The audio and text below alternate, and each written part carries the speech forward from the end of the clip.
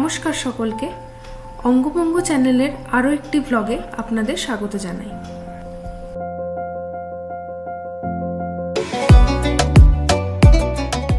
বাড়ি থেকে আসার পর মনটা এতটাই খারাপ হয়ে গেছিল সবার জন্য যে কিছু যেন করতে বা কোথাও যেতে মনই চাইছিল না।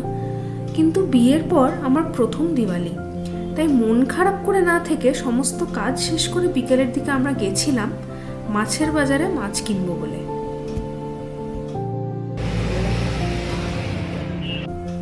সে আপনাদের আর কি বলি, ওখানে যাওয়ার পরে ভ্যারাইটিস মাছ দেখে আমি ভাবছি কোনটা নেব আর কোনটা নেব না। এদিকে আবার অর্ধেক মাছের নামও জানি না, উপায় নেই দেখে নিলাম একখানা ভেটকি মাছ। এখানে সবচেয়ে ভালো জিনিস যেটা লাগলো সেটা হলো ছুরি দিয়ে মাছ কাটা আর দোকানে ধূপ জ্বালিয়ে রাখা, যাতে কারোর মাছের গন্ধ না লাগে। ওয়েস্ট বেঙ্গলেতে এই ব্যবস্থাটা নেই, তাই এখানে দেখে আমার বেশ ভালোই লেগেছে এই জিনিসটা।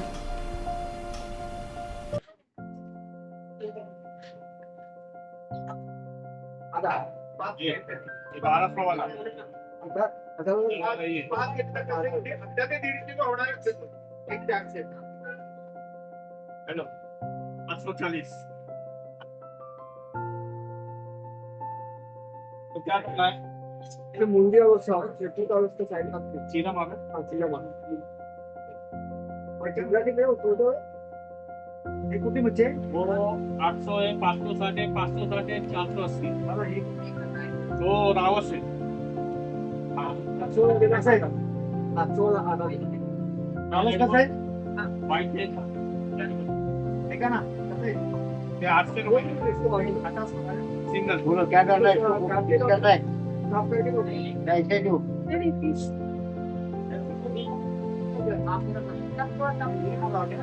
ये 560 वाला बोल देना है बोल तो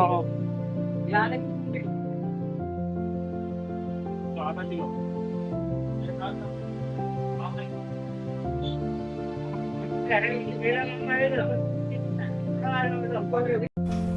তাড়াহুড়ো করে বাড়ি এলাম বাজি ফাটানো দেখবো বলে। অনেকক্ষণ ধরে এই বাজি পোড়ানো দেখতে দেখতে ওইদিকে আবার কলিং বেল বাজায় ছুটে গেলাম। দেখি জেপ্টো থেকে যে জিনিসগুলো আমি অর্ডার দিয়েছিলাম সেগুলো এসে গেছে।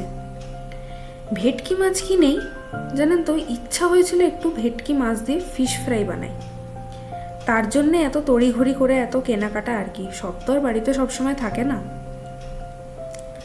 শখ করে ভেটকি মাছ কিনে সেটার ফিশ ফ্রাই বা ভাপা খাবো না তা কি হয় বলুন? জানেন তো এই রেসিপি আমি প্রথমবার বাড়িতে বানালাম। এর আগে বহুবার খেয়েছি কোনো অনুষ্ঠান বাড়ি বা অন্য কোনো বাইরের রেস্টুরেন্টে, কিন্তু এভাবে নিজে বাড়িতে ট্রাই করে খাওয়া এই প্রথমবার। এতদিন তো বাইরেই খাওয়া, তাই বিয়ের পর ভাবলাম কিছু জিনিস বাড়িতেই ট্রাই করা যাক। খেতেও খুব সুস্বাদু হয়েছিল জানেন। এত কিছু খেয়ে আমরা ভাবলাম আমাদের একটু নাইট ওয়াকে বেরোনো দরকার এই সোসাইটির মধ্যেই। চলুন আপনাদেরও একটু সোসাইটিটা ঘুরিয়ে দেখাই।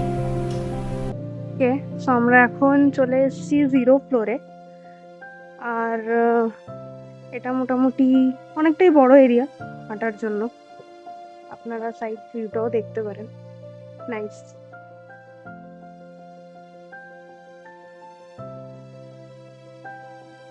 সে হাই। চলো চলো হাঁটা যাক।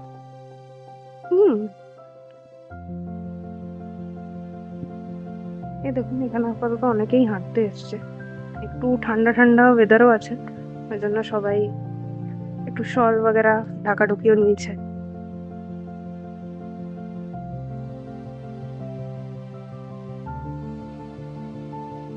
দিওয়ালির টাইমে পুনে প্রায় ফাঁকা, তাই এই সময়তেই ভাবলাম এই ফাঁকায় ফাঁকায় আপনাদের সোসাইটিটাই ঘুরিয়ে দিই। সোসাইটি ঘুরতে ঘুরতে আমরা একটা ডগ হাউসও দেখতে পেলাম জানেন। সেখানে আবার ডগের আলাদাভাবে বসার জায়গা, দোলনা এ সমস্তও রাখা ছিল। সোসাইটির সবচেয়ে আকর্ষণীয় স্থানটি হলো এই জায়গাটি। এখানে একটি ছোট্ট শিব মন্দিরের স্থাপনা করা হয়েছে। সকলে ভালো থাকুক এই কামনাই করি। সামনে একটি ছোট্ট বসার জায়গাও আছে, যাতে বয়স্কদের জন্য কোনো অসুবিধা না হয়। ঘুরতে ঘুরতে এদিকে এসে দেখি দোলনার সামনে একটি ওয়ার্নিং বোর্ড ঝোলানো। সেখানে আবার সৌভিককে বললাম জুম করতেই দেখি 14 বছরের নিচের বাচ্চাদের বলা আছে এই দোলনায় চাপা বারণ। তাই তিনি আমাকে বললেন, তুমি তো 14 বছরের বেশি, তাই তুমিই চাপো, তুমিই দোলো। আমি দেখলাম যে হ্যাঁ, ভালোই হলো, এত বছর পর দোলার সুযোগ পেয়েছি। জানেন তো, প্রথমবারই ব্লগ করছি তো, আর এই সকল করতে করতে পিছন দিক থেকে অনেকেই অনেকভাবে আমাদের দিকে তাকাচ্ছিল। এত অকওয়ার্ড সিচুয়েশানে পড়তে হয়েছে। একবার তো ভাবলাম বন্ধই করে দিই, তারপর দেখলাম না না, তাতে আর অসুবিধা কী আছে, নিজের মতন করে না হয় চালাই। ক্যামেরা নিয়ে ঘুরতে ঘুরতে এদিকে এসে দেখি একটা বাচ্চা বেশ অনেকক্ষণ ধরে দৌড়াদৌড়ি করেই চলেছে। রাতও কিন্তু অনেকটাই হয়েছিল বেশ তখন, জানেন। কিন্তু এদের খেলার এনার্জি কিন্তু দিনের শুরুর মতনই থাকে। এসব করতে করতেই আবার দেখি আমার পতিদেব এসে হাজির। এত আস্তে হাঁটলে হবে? একটু জোরে হাঁটতে হবে তো, আমরা ওয়াকিং করতে এসেছি, তো জগিংও হচ্ছে না। তো মোটা হয়ে গেলে হবে না, ওয়েট লুজ করতে হবে।